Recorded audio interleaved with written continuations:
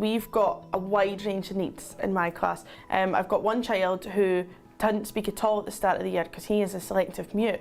So building on from him at the start of the year, even when we did the workshops and we looked at growth mindset, for him, when we went and started doing the activities, his focus was just to read one sentence from the book, which he managed to do, which is a huge jump from where he was before. So the idea is just to try and create an inclusive, supportive environment where children can learn from their mistakes instead of feeling annoyed or upset or angry. See challenges as positive and try and overcome them together. It's important not to give up because then you'll never know if you can do it or not. Dundee is one of the Scottish Attainment Challenge local authorities, and we've been involved with the Attainment Challenge since its launch a number of years ago now. For us and for our educators, our teachers, our colleagues in schools, it's about helping them to understand, and especially to help our children and our families understand, that it's not always or indeed ever our ability that holds us back from fulfilling our potential. Sometimes it's what we hold inside our own heads. Handwriting wasn't neat enough, so I had to keep on writing it over and over again. We're going to give them learning between a growth mindset and a fixed mindset. I think on his work it said, well done for not giving up, because that's the day after we did growth mindset. When we did a series of assessments throughout the whole school, we identified that one of our year groups had a significant dip in their numeracy results. Further observations and assessment showed that not only was there gaps in their learning, but there was quite a lot of, there was a lack of confidence and self-belief that a lot of these children were identifying, particularly in their attitudes towards numeracy. We noticed that they were generally giving up. So if they were given something that they thought, no, this is too tricky or too challenging, then they either wouldn't attempt it, or they would get really worked up, get really stressed out that they didn't think they were getting the answers right all the time. So if you've got a fixed mindset, you've got like a non-colourful and it's all grey and sad. But when you've got a growth mindset, your brain's all nice and colourful.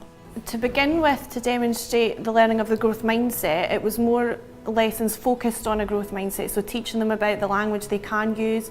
We looked at the learning pit, we looked at phrases that they came up with themselves. Instead of saying this, I can say this, or working with each other. So instead of saying, I can't do this, I can't do this yet. So it was general lessons on a growth mindset. I think probably what's most useful is when I see that if staff have a belief in anything, if you're trying to teach something to children, you've got to believe in it first and foremost.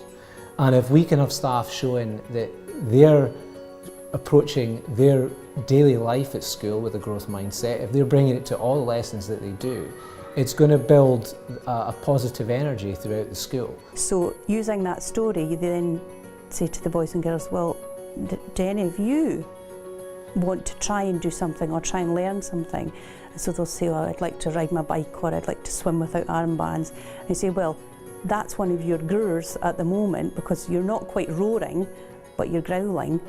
Because you're working towards, you're trying and you're keeping going and you're persevering, and then once they can ride the bike without the stabilisers or swim without the armbands, then that's them, that can be their roar.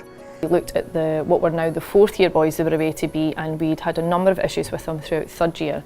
As a deputy within the school, I really knew the issues that were also happening out with the school, so there was a lot of problems within the community, and we were trying to kind of triangulate what was going on at home, within the community and at school, and try and see if we could have an impact on that. The difference it made to me in maths was after it, like, I actually started to try and do maths, but whereas before I wouldn't even turn up. And then now I've realised that, like, if I actually try and put my mind, and if I keep going, I can finally get it. But we realised that what the project had done is actually created a level of emotional intelligence. They were able to connect with us now in a way that they felt comfortable and safe to do that. So that was one of the key defining moments when they then opened up about how they felt. I wasn't like where I am now, just in my head. I was just thinking, like, I'm just going to leave school and then just focus on doing like construction. After Keith, I was thinking, like, well, stay on at school, I could do better at school than what I'm doing now. I don't need to go to college now, I could just go to college next year or whatever.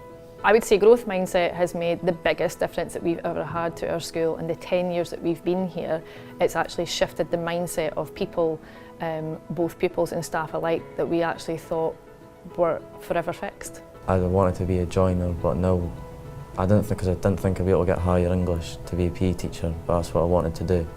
But no, I think I'll be able to get the higher English if I just try hard. That's what I'm going to try to do. Well, I used to think people are naturally just good at things, but I didn't know you had to work hard to get where you want to be. And I'm working harder now than what I was. I got to go into classes and support kids, and I got a sort of a different insight to probably anybody else that's did this course in this school. I feel like the staff really bought into it, and when everybody's singing off the same hymn sheet, then the kids are hearing the same message day in, day out, and that's very, very important. And that changes, you can't do it by one or two people, it has to be everybody's buy-in, and once that happened, I feel like the kids then goes, right, this is what life is now, so let's go for it.